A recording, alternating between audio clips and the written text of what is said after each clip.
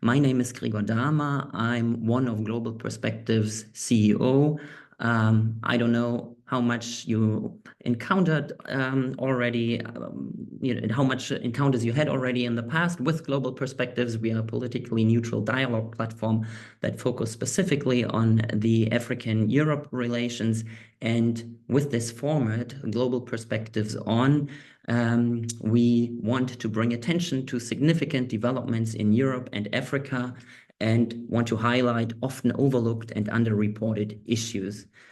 Today, however, is a bit different. We are looking at a topic that receives usually considerable media coverage, global summits, like the recent BRICS gathering in Kazan, but also less controversial summits, all taking place just within the last 2 months, like the UN Summit for the Future, the Hamburg Sustainability Conference, the World Health Summit, the World Food Forum, or currently the UN Biodiversity Conference.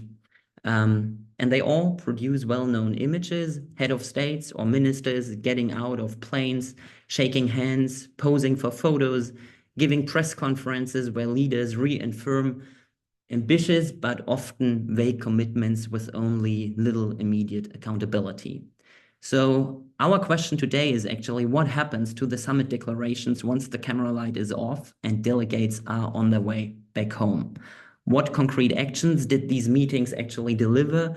And how can we move the outcomes of global summits beyond lip service and ensure real, equitable progress? That is the question of today's Global Perspectives On edition, in which we will focus on 2 key conferences that recently took place, the Hamburg Sustainability Conference and the Summit of the Future in New York. And we are thrilled to have so far 1 distinguished expert, but I'm hopeful that the second expert will join us shortly with us today to unpack the outcomes of these events and with whom we want to discuss if global summits are truly catalysts for change, or are they simply elaborated exercises in conference tourism, where leaders set ambitious goals that are then barely, if ever, realized?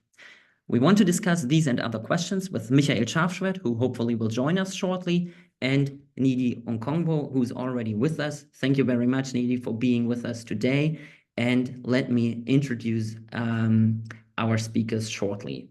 Ndidi, you serve as the president and the CEO of the One Campaign since April 2024, a global advocacy organization addressing interconnected challenges like economic crises, climate change, and conflict, particularly on the African continent. And you have over 25 years of international development experience with expertise in agriculture, nutrition, social innovation, youth development, and entrepreneurship. As an entrepreneur, you founded multiple organizations to drive social impact on the African continent. You launched the Fate Foundation to support Nigerian entrepreneurs and African food change makers to empower agribusiness innovators. And additionally, you co-founded also the Sahel Consulting Agriculture and Nutrition and the AACE Foods to improve food security across West Africa. So a wide background of experience. Thank you very much for joining us today. And we are looking forward to hearing your perspective on how to move the outcomes of global summits beyond lip service. The discussion, and now I see that our second speaker is also there. Schwarfschwerdt, welcome. I hope you can hear me and it works out now. Perfect. We already started, but perfect timing because I was about to introduce the speakers. So let me continue with you. Schwarfschwerdt serves as the head of the planning staff at the German Federal Foreign Office since February 2022, where he is responsible for overseeing long-term strategic planning and foreign policy. Prior to that, he was director of communications and marketing at a management consultancy for Germany, Austria, and Switzerland.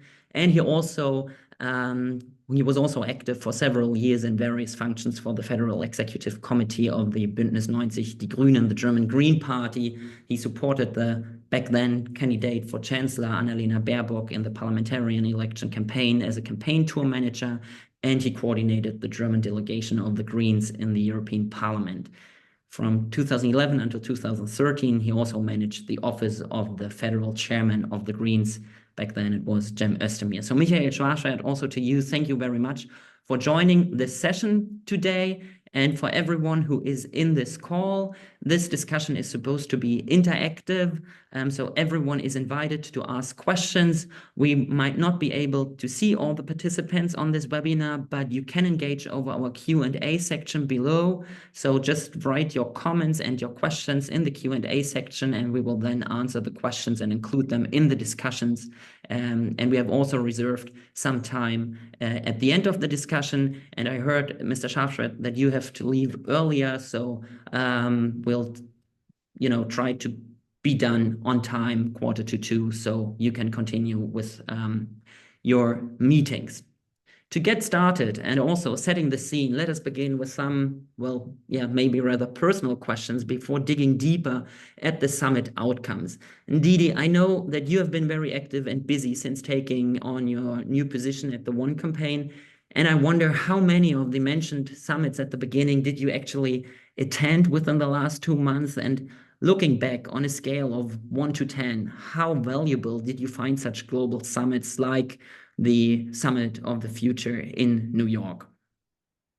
Thank you so much to you, Gregor, at Global Perspectives for this convening. I think it's a very important topic.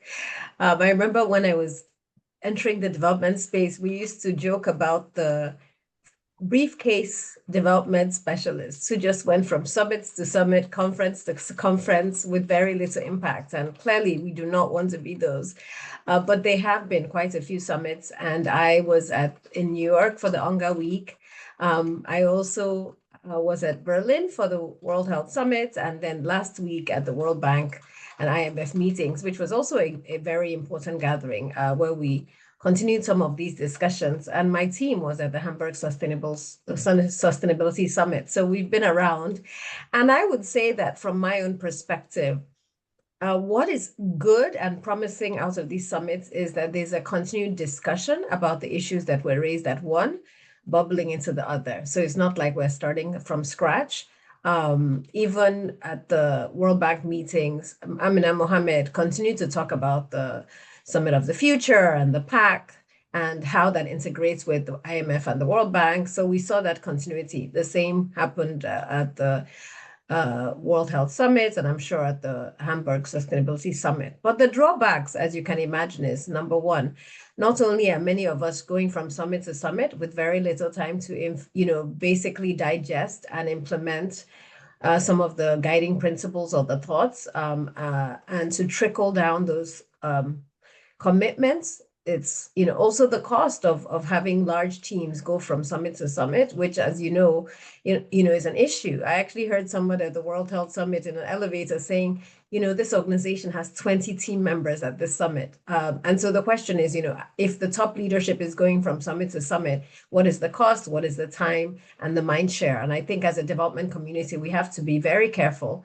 about that because it's something we don't normally look at.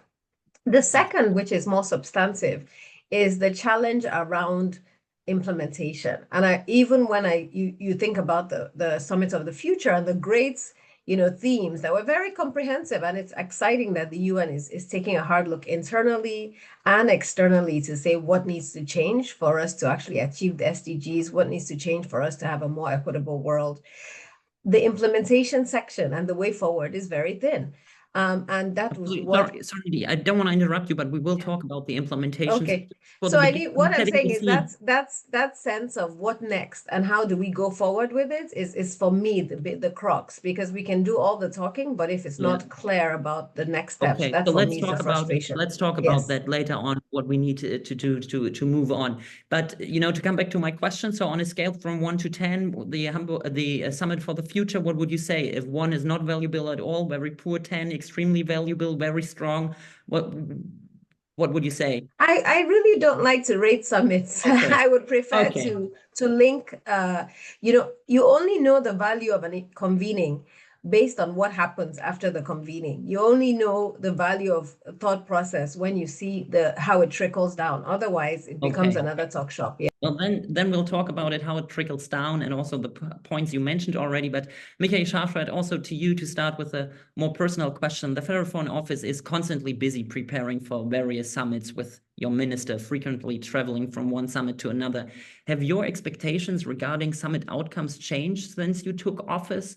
And specifically regarding the Summit of the Future, were your expectations met? Were you positively surprised, or did you find certain aspects disappointing?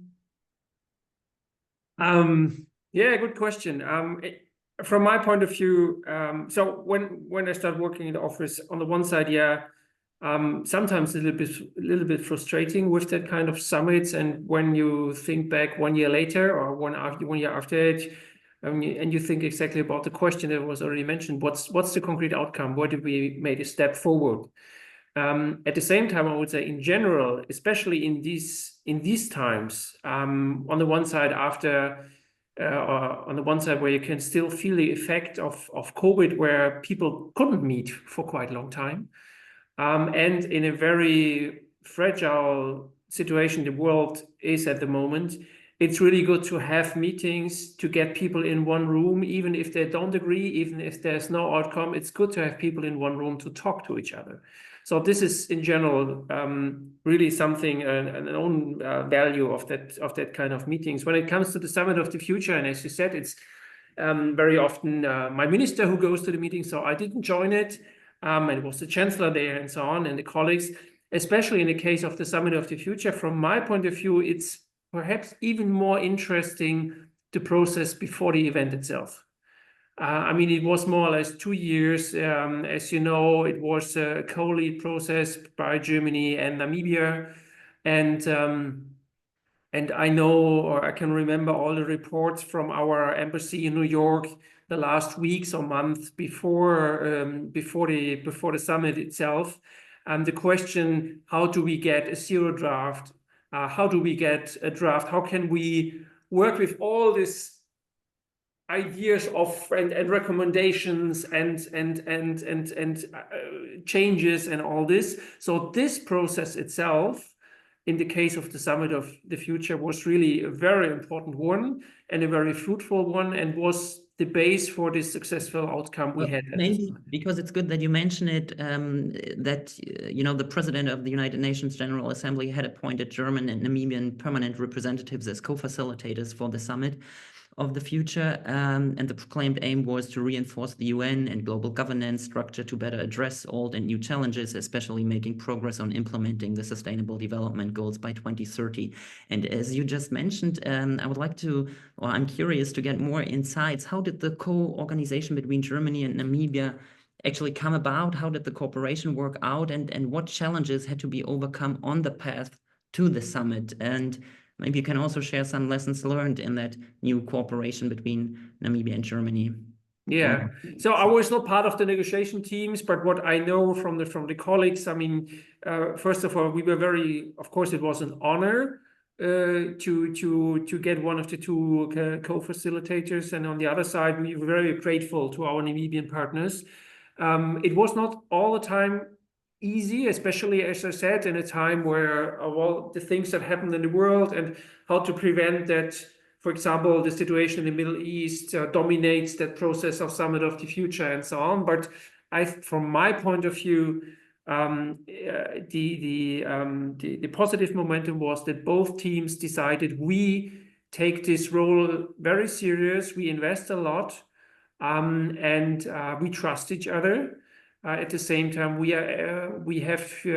know that we can also disagree on some topics, but we have the will to find a compromise and to lead the process and to be the co-facilitator. So we are not players in the game itself, and use the different communication channels and the different reputations we have from time to time to bring different partners on board. So it's really, I only know the German side, but my colleagues in New York really, it was a heavy invest, and but we were only the one pillar. So this coming together, this trust, in the process was really a wonderful example in the end. I wouldn't say how North and South, I would say that two different players with two different backgrounds can come together, bring others on board, because at the end, the problems that were discussed and the solutions the teams worked on were global problems. So it's really, it showed the potential of United Nations. And perhaps let me add one other example, as we are now on the process to COP29. For example, when you look to the COP process each year, this is also something, the event is the one thing, but what's happened between, and there we have also teams from different countries who work very closely, where they trust and what is possible showed the last COP, when more or less an alliance of 120, 130 countries said, we want to be ambitious. And it was not the North, not the South, yes. East, West. It was an alliance who said, we want to go forward. And that's a little bit the spirit from my point of view that also you could see at the Summit of the Future. So from what I hear, you see this could quite be a model, this sharing from, country, global North, global South, having this co-facilitation. You said, that the path to the summit is sometimes even more important. Ndidi, I would like to know, as a representative of civil society, did you feel that civil society's interests were adequately considered, both in the lead up to the event and also on site during the summit? Yeah, absolutely. I think we have to commend the leadership of the summit preparation efforts and the United Nations, especially, the Secretary General and Deputy Secretary General, very, very clear engagement of CSOs from the Global South and the rest of the world, clear engagement of youth voices, technology entrepreneurs. I think that commitment to diverse voices was very clear. And at the summit, indigenous communities, every single voice was present in the room and in many of the other rooms, and critical issues were discussed. So from that perspective, I think it was really well done. I know it takes a lot, but I was quite impressed with that robust representation and the process of engagement, which is always difficult, and people feeling heard and seen. I think that came out clearly. That's good to hear. And from what I understand, there were extensive consultations and coordination before the summit. So, Michael Schwarfschwerdt, was it already certain that the Pact for the Future would be accepted before the summit began, or did the document undergo significant changes during the summit and negotiations in New York?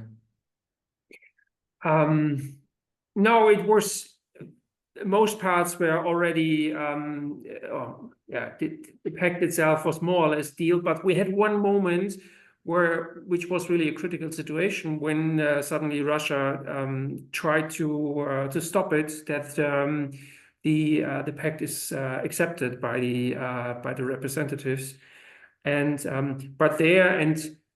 that's what we just talked about it. Therefore, it was so important to have a transparent process to get everybody on board, because then in the end, especially countries from Africa, but not only Africa, also other countries, intervened quite clear against Russia's attempt and said, no, we will not accept the blockade. We want to come to an outcome because we worked so hard on it for a quite long time. Of course, the result is on some parts a minimal compromise, but it's a compromise, and we don't want to leave this meeting without that outcome. And so in the end, I think only 6 countries supported Russia in its attempt. And this is really the example how important it is to have that kind of process. But of course, it was a critical moment, but showed in the end the strength of the process and of the pact itself, and of course makes it now easier to in the next steps to reflect to the pact of the future, because you can say, no, there was a clear majority that was quite clear, we want to go and adopt that pact. But let's take a closer look at the result that you just mentioned at the declaration, the pact of the summit itself. The president of the UN Foundation said the pact for the future will catalyze innovations, collaborations, and coalition with member states and beyond. Ndidi, do you agree? And in your eyes, what are the key achievements of the summit and the pact for the future? Yeah, so I think for me, the key achievements are how comprehensive and robust the Pact for the Future is, dealing with issues of our time. I mean, to hear the UN incorporating a discussion on AI and how AI needs to be protected and how citizens need to be considered. And in the rapid technological changes we see as a world, for me, that's refreshing, right? It shows that the UN is trying to be relevant and engaged. The comprehensive nature of the partners who are going to have to be part of the implementation, the discussion about finance. Typically, when you have UN convenings and we talk about goals, nobody talks about where the money is going to come from and what needs to change for that money to be unlocked. And the robust discussions about the changes in financial infrastructure that need to happen and the key players that need to be engaged are critical. And we had that resonating throughout the World Bank Week as well. And the lead up to Spain and the future summit on financing was critical. I think another big piece that jumped out at me is the importance of equity and justice and the consideration of these critical voices across the board. At the One Campaign, we fight for equity and justice, and we recognize that, for that to happen, you need all voices catered to, and I think throughout the lens that is articulated in the Pact, we see that. And the issues that are topical, gender and the importance of gender equity, the importance of Indigenous voices was very well articulated. And so for me, those were very positive. It's really a very comprehensive final report. And I know that according to Madam Amina Mohammed, it was, they almost waited till the very last minute to get signatures because not everybody subscribes to that.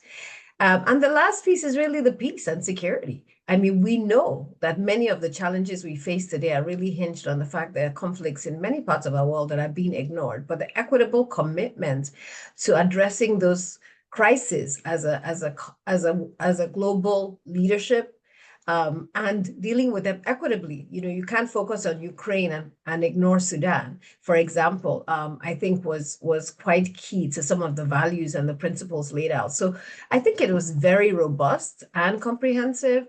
The challenge, as I mentioned, is the prioritization. You can't do everything. You can't do everything at the same time. And some of these issues are more difficult. And so how do you prioritize? And I did see that prioritization. The second is the implementation, which I think we will discuss. But for me, I thought it was a very robust and forward-thinking pact that gives me hope that we're thinking about the issues as a world from a very systematic perspective. Michael Schwarfschwerdt, do you agree so far when you look at the results that they bring generally new insights for you?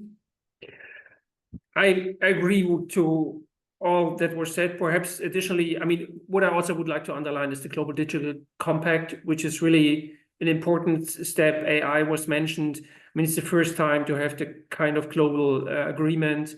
And this is really, really crucial. And AI is such a kind of revolution in the background that we can't underestimate. So there, I think, really made progress. And additionally, I think it's really, it contains a commitment to greater efforts on disarmament and arms control, which is definitely in these times very important and a strong signal. And in general, the question of a reform of Security Council for a more fairer, more representative and more effective UN system is also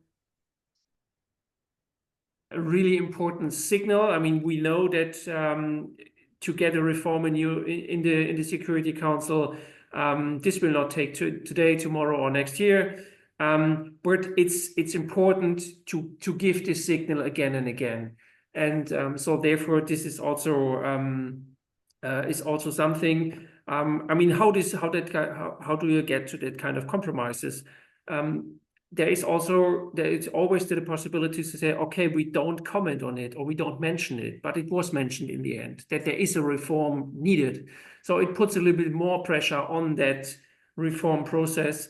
So that's especially for the reputation of the UN system and multilateral system important. And I think it was also mentioned the question of, or that SDG on Agenda 2030 was explicitly named to set the goals, to support the existing goals, was also relevant.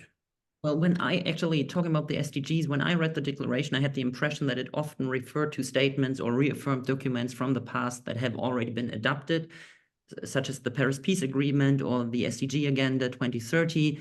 I think it says we strengthen our collective efforts to turbocharge the full implementation of the 2030 Agenda for Sustainable Development by 2030 and beyond. And there are phrases like, inclusive and sustainable agri-food systems should be promoted so that everyone has access to safe, affordable, sufficient, nutritious food. I think that's how it was put.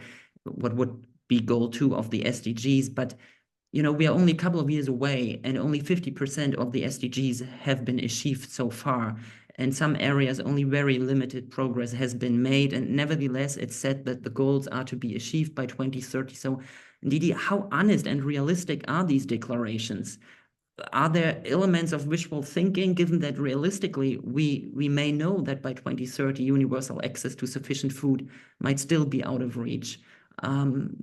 So how realistic are these declarations actually?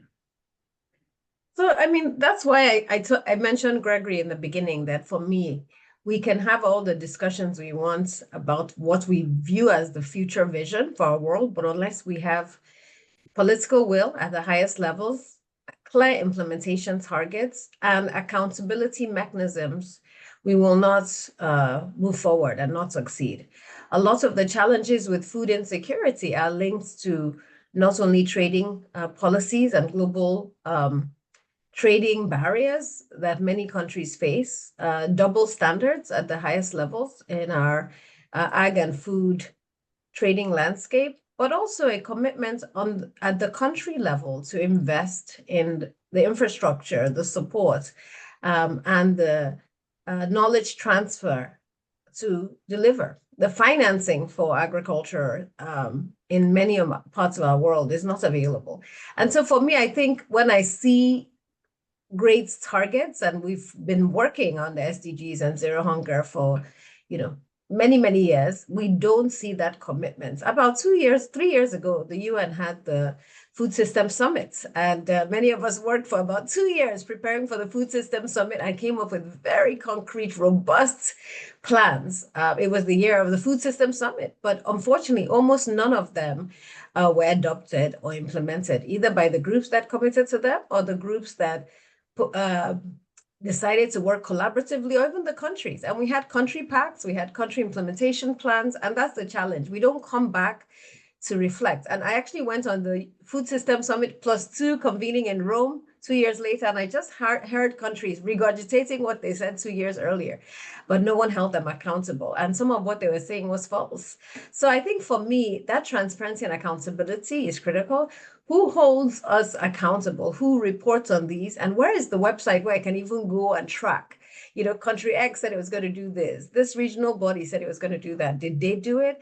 And what, calling them out is what I don't think we've done a good job on. And those accountability measurements, articulated mechanisms need to be strengthened. Otherwise, 4 years from now, like you've said, we're not going to be able to show that we've made progress on many of the SDGs.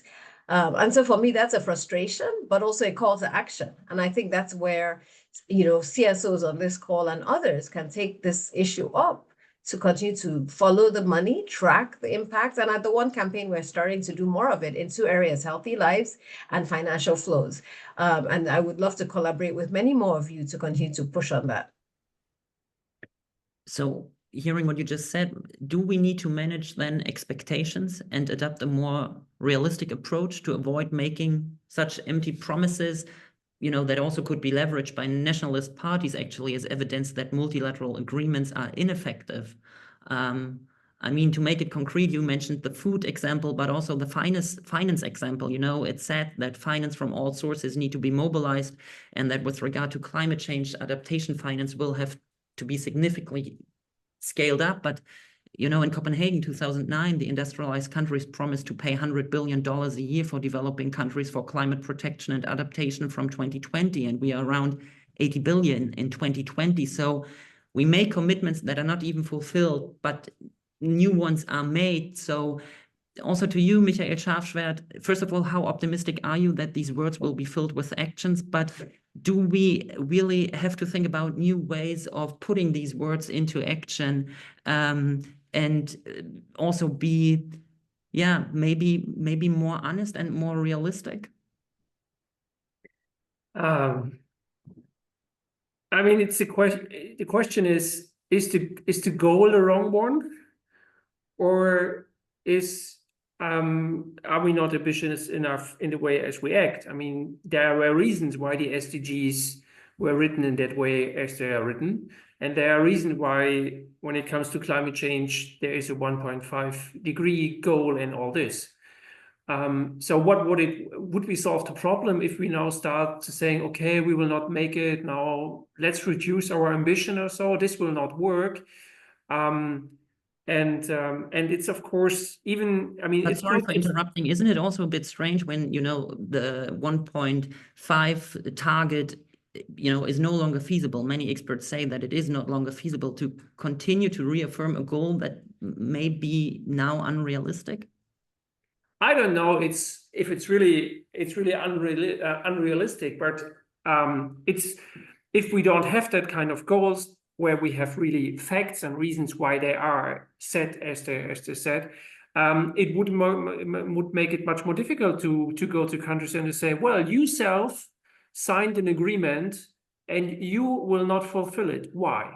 Especially for civil society, and so it gives you a kind of mandate and to ask that question, to put pressure on governments. But and it's not, I would say in that way, it's not a fault of the UN system. It's the problem of those who signed that kind of agreements. And I can give you two practical examples or positive examples. I mean, when you look to the COP, the Loss and Damage Fund that was adopted last year, that was a process where a lot of people were quite skeptical if it's really possible to come to a loss and damage fund in the fight of climate change. And last year in Dubai, especially under Germany's and UAE engagement, there was this starting point, and now this fund has a lot of money, so we can act. So there is also progress. Or for Germany, when it comes to the Summit of the Future or the Pact, for example, we will have the chairmanship of Peacebuilding Commission and Peacekeeping, and have a ministerial in Berlin in May next year. So of course, it's the end of this of that meeting. The question is, what did we achieve under German leadership? So there are things where you can say, you promised something, in that case, Germany. So let's see next year what kind of progress we did. And if we fail, you can criticize us, but perhaps we can get some steps forward. And so that's part of the game, and there is no better solution. Or if there is someone who has a better idea how to manage this, I would always be open to hear that, but that's part of the daily political and diplomatic game.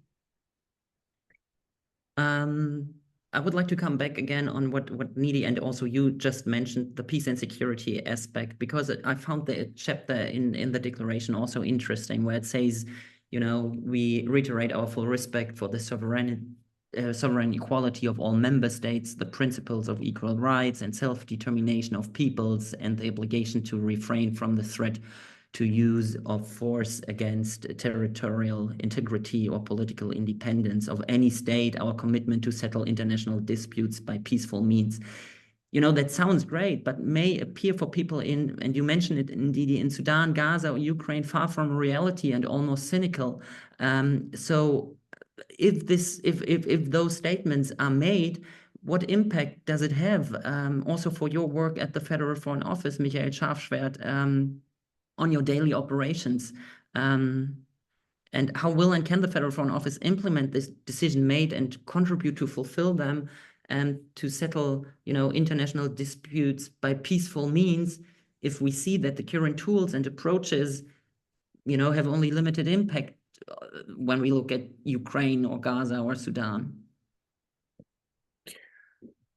Yeah, but when we start with the example of Ukraine and Russia's war against Ukraine, especially a member state who has a permanent seat in the UN Security Council, who attacks his neighbor, especially the UN system is the only theater, official theater we have to discuss that kind of topics and to make clear who hurts the UN Charter and who defends it.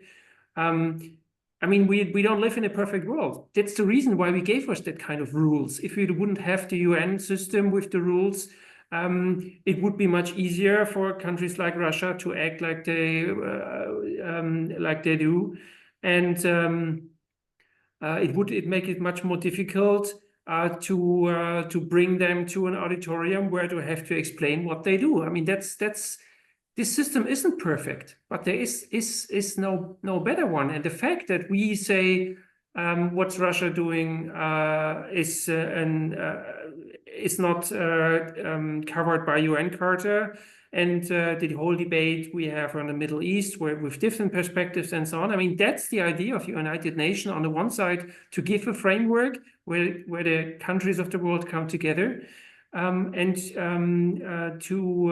everybody is forced to do its best to fulfill those rules we all agreed on. I mean, well, you said the system isn't perfect, but there is no better one so far. The pact is seen as the greatest ambition to reform the UN Security Council since 1936, I think, and you mentioned it already. Ndidi, I would still like to know, how optimistic are you that the reform will succeed? And also to Ndidi, do you think that the step is sufficient to reflect Africa's growing importance, or what other specific steps do you believe are critical to ensure that the global governance frameworks generally reflect the voices of the global South? Thank you. I think for me, we have been pushing for Africa to have a seat at the G20, and we're happy to see African Union now join the G20. We really want to see a reform of the Security Council. We want 2 seats from Africa, and I think you noted that it's been, people have been pushing for that for a while. For an entire continent not to be represented on the Security Council, for me, is unacceptable in this current day and age. We really see African agency and African voice being front and center to the transformation of our continent, but also the achievement of the SDGs. We are demanding for a seat at the table and for African voices to be well represented at all forums at the highest levels. And the UN should reflect that in the councils and the committees that are established. That's key. And that means we have to change the narratives around how Africa is seen and how Africa is engaged. 54 countries, not one represented on the Security Council, right? Not one out of 54. So for me, that's paramount. The second, I think, is really thinking through the role of civil society and other agencies in terms of holding governments accountable at the national level, at the regional level, and then globally. At the One Campaign, we actively follow the money. And just following up on Michael's point, we actually released the climate finance files to look at where the climate funds had gone. Gregory, you mentioned we've only gotten a small fraction of what countries had committed to, but when we even followed the money, some of the money that they say they committed to and that they delivered, ended up in a cafe in Italy, or in a hotel in Spain, or in a coal mine somewhere else. So we're playing with money and accounting, and how attribution is being recognized, and that I think is pioneering data from the One Campaign. We also have followed the money on health financing, because another SDG goal is health, right? Healthy lives. And we found out that giving from the G7 is at a 13-year low. And that when you remove the COVID funds, we're actually seeing a decline. And ODA is at a 50-year low. And so for me, calling out governments who are going in the wrong direction from what they profess on the global stage is critical. And we have to call them out. We're seeing very worrying trends in France, in Germany, in many, many other parts of the Nordics, including the Netherlands. We're seeing countries going backwards. When they say they're going forward, they're going backwards in terms of their commitment to being global players and supporting the achievement of the SDGs. And they committed 0.7% of GDP. Most of these countries at 0.3 and declining. And I think more of us have to call them out, hold them accountable, and make a business case for why they should invest in global development. So we all have a role to play in this fight. And our work at the One Campaign is very much fighting for Africa and fighting for those investments and holding governments accountable and tracking the money, and then partnering with our youth voices, our CSOs, our celebrity voices, and other trusted messengers to elevate these issues, to demystify them, and to actually demonstrate what is happening on the ground. Well, maybe also with regard to time, because Michael Schwarfschwerdt, I know you have to leave, and now, Ndidi, that you just already started to mention what is needed, maybe we can, look ahead and also think of what are the next step that needs to follow. I mean, there was the Hamburg Sustainability Conference just a couple of days after the Summit of the Future, gathering over 1,600 participants from more than 100 states to work already on the implementing the UN summit outcomes. That was the declared goal. What do you see as next steps that are needed to really achieve progress and implementation? What is planned also from the Federal Foreign Office side, Michael Schwarfschwerdt?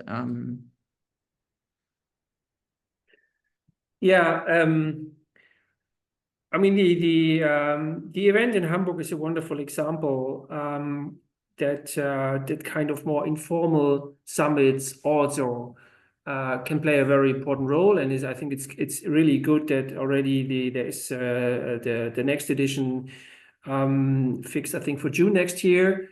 In the end, we will need that kind of formats like the Hamburg Sustainability Conference. On the other side, for example, G20 was already mentioned. So this where countries come together, and I mean, if the G20 agrees on something, and I think it's really good that Africa now has a seat there, it's a possibility, and how to combine this with the official processes of United Nations. So I mentioned the peacekeeping minister next year, for example. It's the question of we want to run for a non-permanent seat in Security Council 27-28. We don't do this just because we want to have a seat there. We will that will happen on the base of ideas we want to bring in, and the reform of UN is definitely one. But there is, perhaps let me add with one thing, money was mentioned several times. It's of course also the question of finance of the United Nations itself. And this is also crucial. Germany is the second largest contributor to the entire UN system. So this is also something where you can see, where we can look to countries and how they act and how they act in the UN system. If all of us would only use the UN system to get its own position to majority, it will not work. So we have to bring in something, and that's something where we work on as Germany. But I think, coming back to Agenda 2030 and the SDG and the Summit of the Future, this positive momentum we have, can we use this over the next 12-18 months, so that in 1 year or 1.5 years, when we then look back, we say, okay, the Summit of the Future, as you criticized a little bit, the goals were right, but we are not on the track to reach them. So that's the next 18 months will be very important to bring this momentum on a realistic implementation way. And that's where we as Germany working on. And this is also the question of reform on your agenda. If this skips from the agenda, we would really have a problem, because this is the positive idea to develop to reform the United Nations in a way that fits to that kind of world we live in today. What is a long process? And there's one question in the chat. I actually don't know if you see the questions, but referring, to what you said. So what is the national commitment then, and what does it take? But I think we touch up several aspects, and I know that you need to leave, Michael Schwarfschwerdt, right? So I don't know, Ndidi, if you have still a minute to answer one question in the chat that addresses you. Can you see it? Or it's by Javier Suraski, and I think it was more. I think I've addressed most of the questions. Is there a new one? No, I think we actually touched on that. Michael Schwarfschwerdt, thank you very much for sharing your insights, your expertise, and also to you, Ndidi, thank you very much for sharing Thank you your so views, much. It was a on great the summit. pleasure to engage. All the best. Bye-bye.